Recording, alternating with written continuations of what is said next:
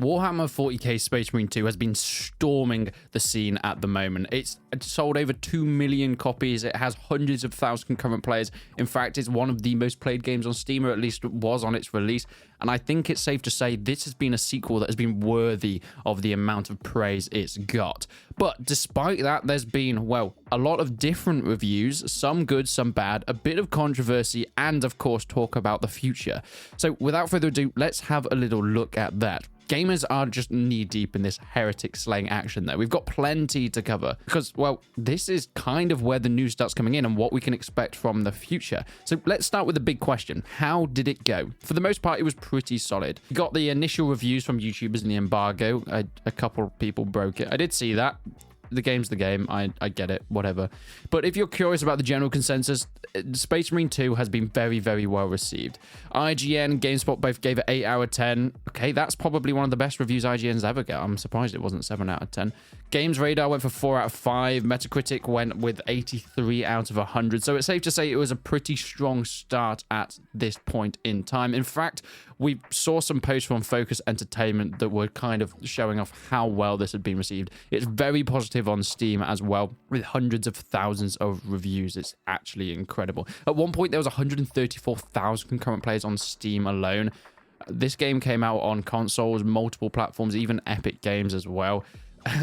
I mean, that is insane for a title that has been so long in the making and 12 years after the first game.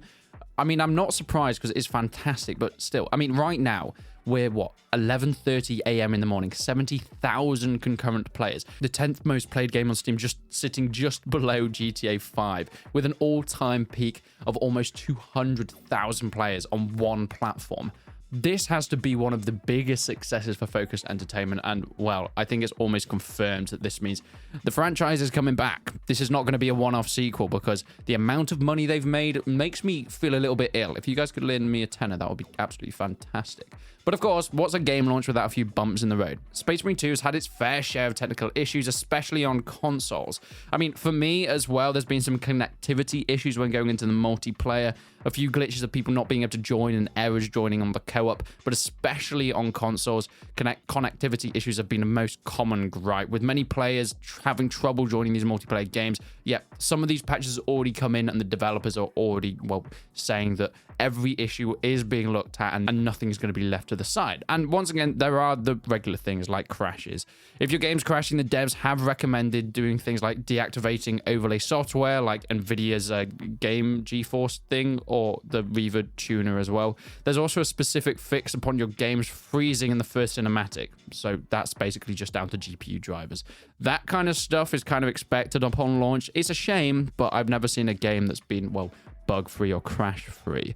But what's next in the game? Because we all know this has been a complete success, and everything that's come out about it so far has been majoritively positive.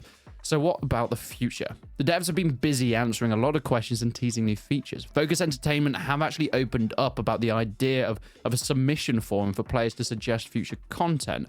So far, there's things like apothecary classes. I've also heard people talking about wanting a few more things within the campaign of customization as well. But I think the multiplayer, me personally, whilst I'm making a full dedicated video talking about it, does need a little bit of work, and having a few more classes that are actually useful. I think things like melee fighting within the multiplayer is kind of useless since people die so fast. So even if you do get a melee kill, everybody's teammates will just slaughter you anyway. Now, this next bit has stirred the pot a little bit. There has been a bit of talk about cross-play, specifically in the player versus player multiplayer stuff.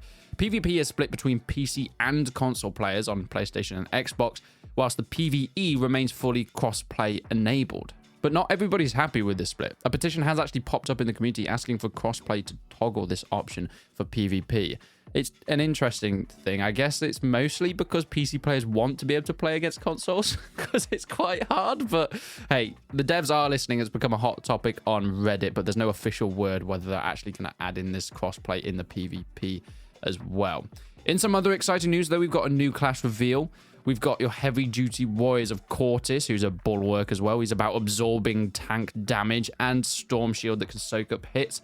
And of course, you've got Strayon as a heavy specialist. His special weapon packs a punch, providing cover fire for your squad whilst dishing out some serious pain. His Iron Halo can block enemy attacks for as long as the durability holds, making him a formidable frontline unit. The only downside, there are no melee options here, but if I'm going to be honest, the melee options needs looking at within the multiplayer.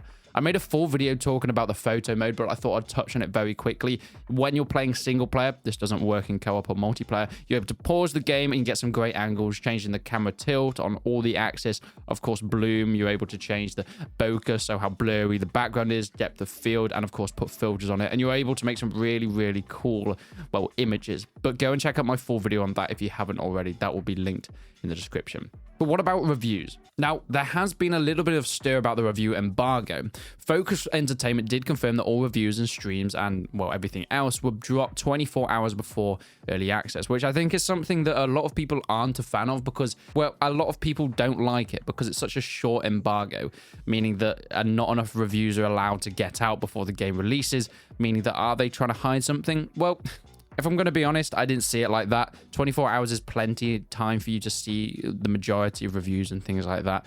You don't need to be pre-ordering games. So just wait 24 hours before the release. See as many reviews as you want and then buy the game when it actually comes out. Because pre-ordering it doesn't mean you actually get it earlier. Unless you get, obviously, the special versions. But even then, you don't have to pre-order them. But the goal, according to the developers, have been to have a big media push close to launch for maximum visibility. And I'm going to be honest, it worked. I think whilst it can be something to quell bad reviews, you know, releasing reviews 24 hours before the game comes out, in this case, I think it's because they just wanted to have that. So many people talking about the game all at once, and it worked. This game has taken over the gaming industry. It has overshadowed everything else that's come out. Nobody's been talking about anything else but Space Marine 2.